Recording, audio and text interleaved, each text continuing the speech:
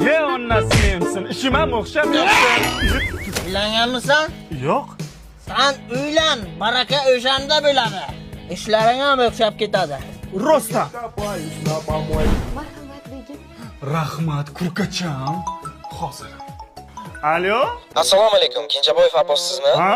Ishga qabul qilindingiz. 15 million oylik. Ertadan ishga chiqishingiz mumkin. Rostdan.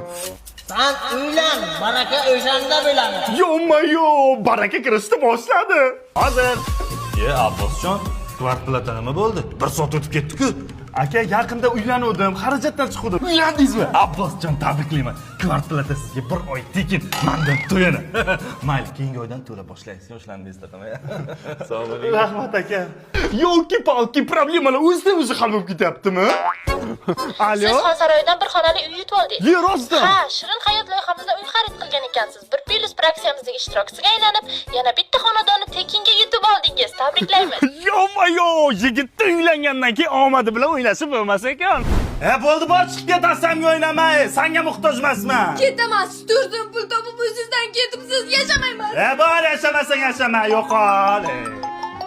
Alo. Abbos aka, xo'jayin aytdi, ishdan haydalibsiz. Tushunmadim, nimaga unaqa bo'ladi? Yo, tushuntiringlar ozgina. Yo'q, to'xtang. Boshqa Abbos ekan. Siz emas, adashimiz. Ha, adashib ketibsizlar, mayli.